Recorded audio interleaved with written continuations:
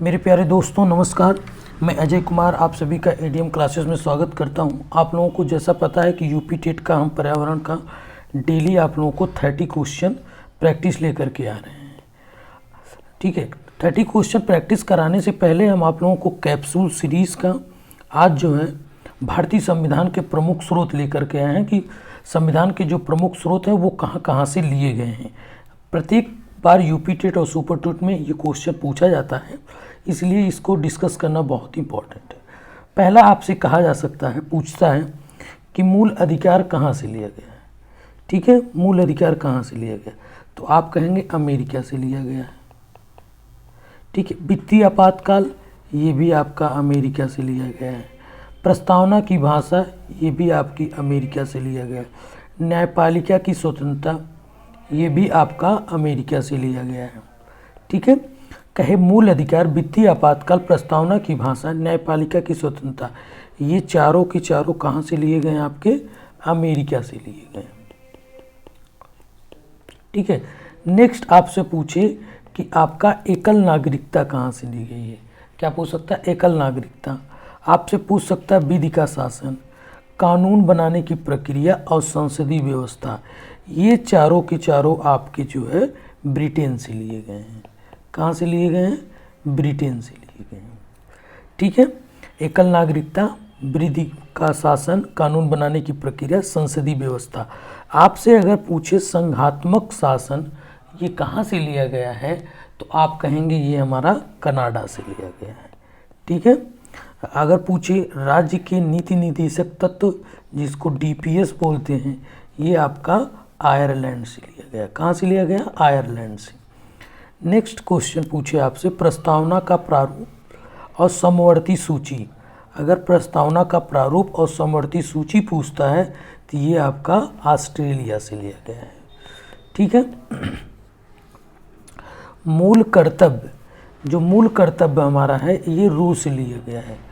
कहाँ से लिया गया, मूल कर्तव्य रूस से लिया गया है, जिसको पूर्व सोवियत संघ बोलते हैं। पूर्व सोवियत संघ, सोवियत संघ। ठीक है, आपको पूछे कि गणराज्य कहाँ से लिया गया है, तो गणराज्य जो है ये फ्रांस से लिया गया है। कहे विधि द्वारा स्थापित प्रक्रिया ये कहाँ से लिया गया है, तो ये आपका जापान से लिया गया है। संविधान संशोधन आपका आर्टिकल 368 में है, ये आपका कहाँ से लिया गया है, जर्मनी से। आपातकाल और इसके मूल अधिकार पर प्रभाव ये भी कहाँ से लिया गया है, जर्मनी से लिया गया है।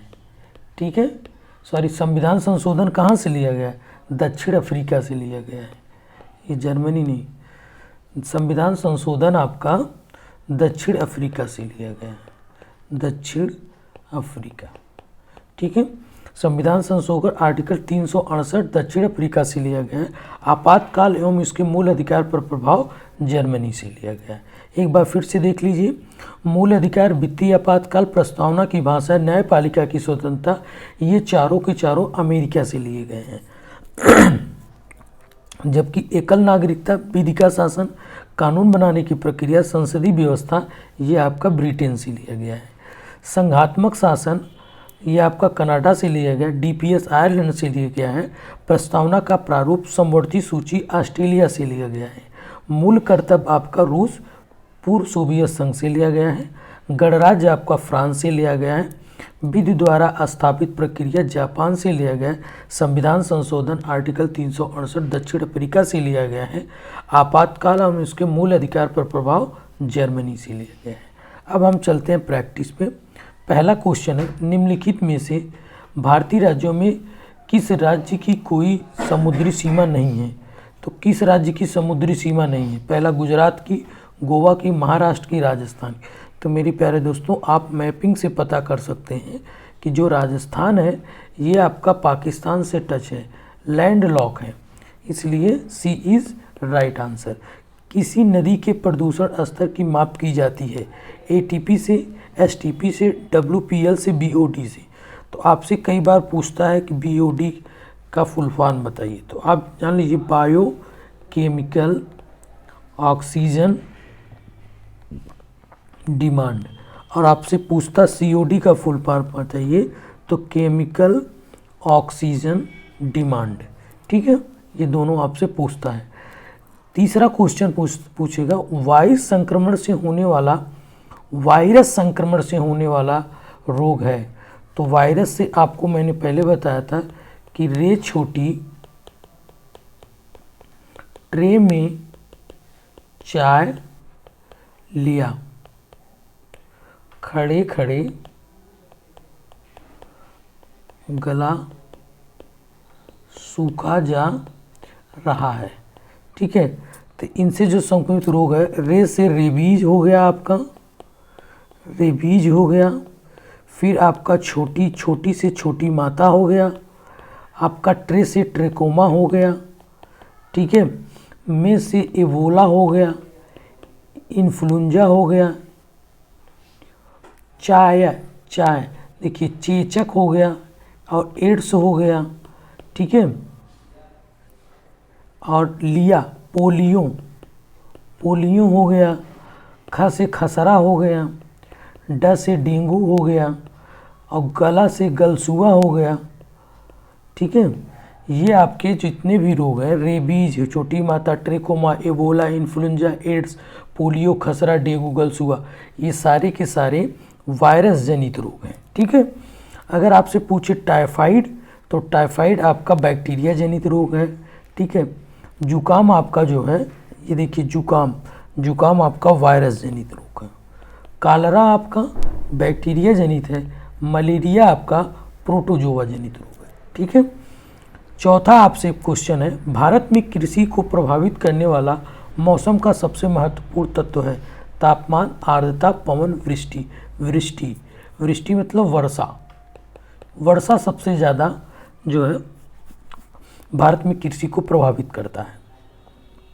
पांचवा क्वेश्चन है, वायुमंडल की सबसे ठंडी परत कौन सी है।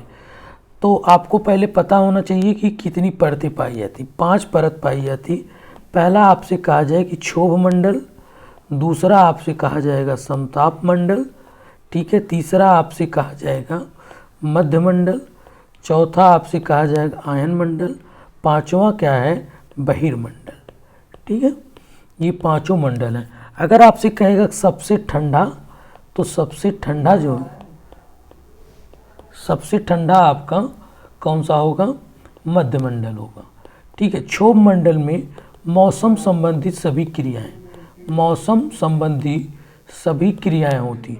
समताप में क्या होगा, समताप मंडल में क्या होगा कि आप देख सकते हैं समताप मंडल में आपका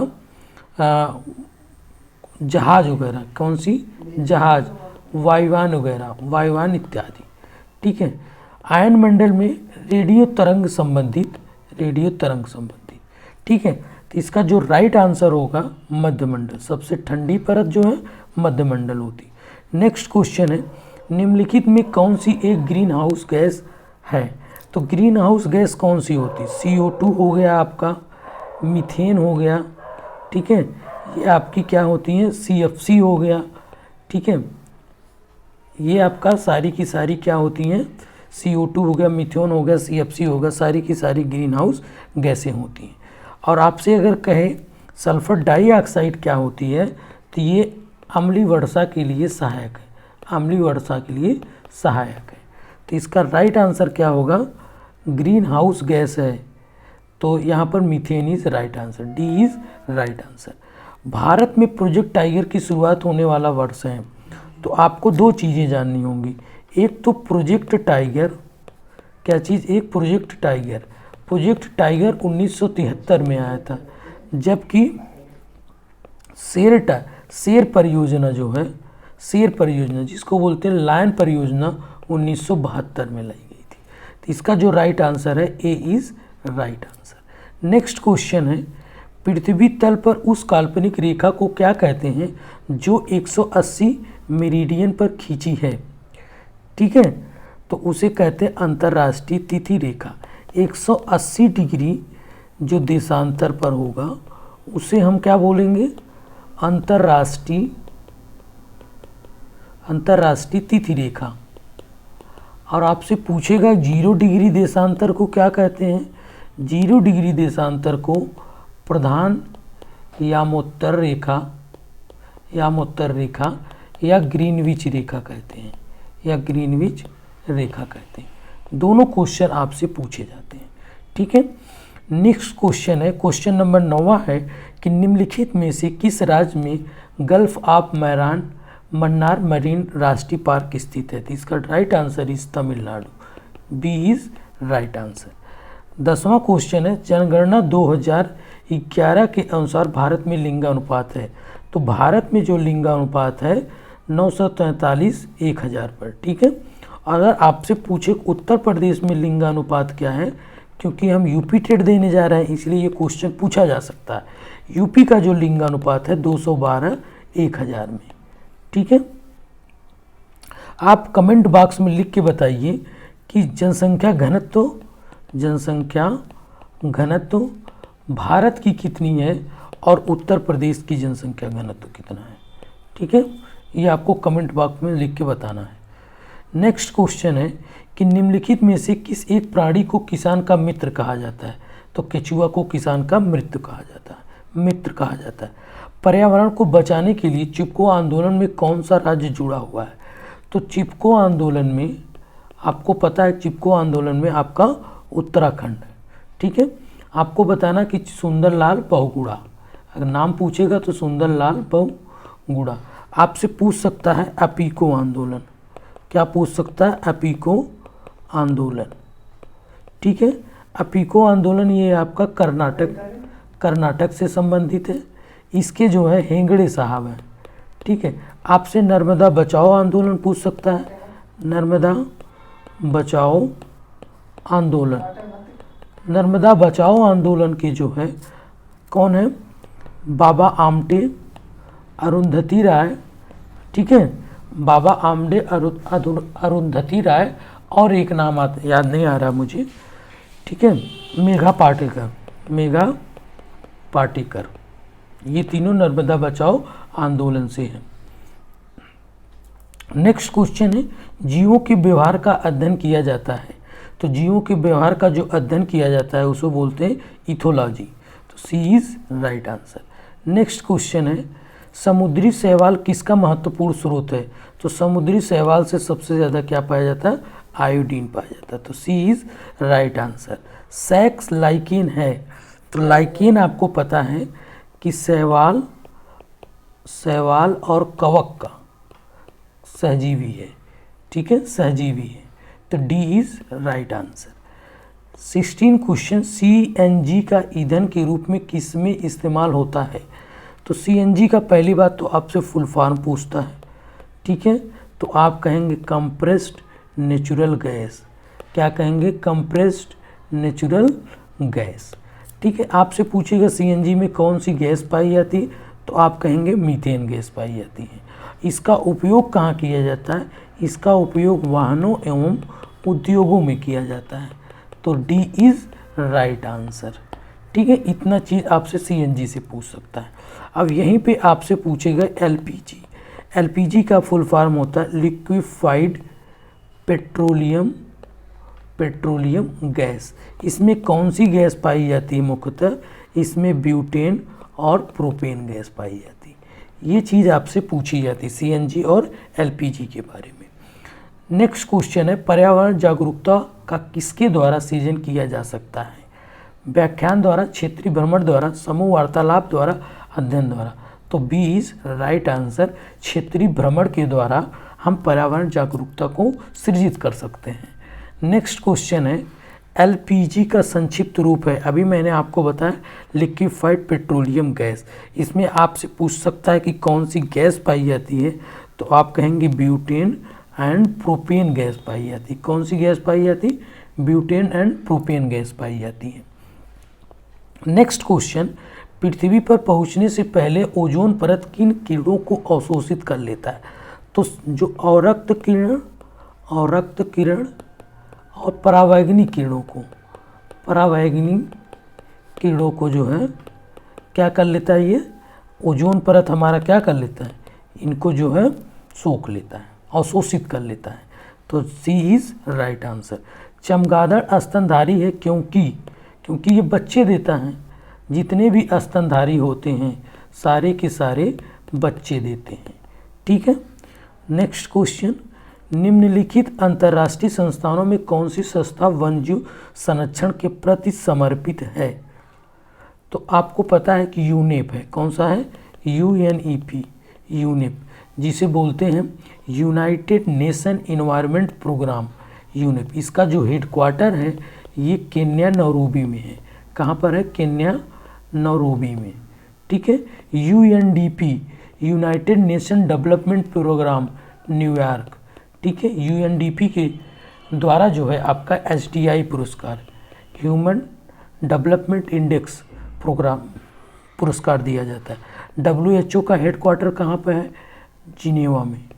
ठीक है। और आपसे पूछेगा यूनेस्को का हेडक्वार्टर कहाँ पर है? तो आप कहेंगे फ्रांस, पेरिस में है। ठीक है। आपको यूनेस्को का फुल फॉर्म बताना, कमेंट बॉक्स में लिख करके यूनेस्को का फुल फॉर्म लिखना।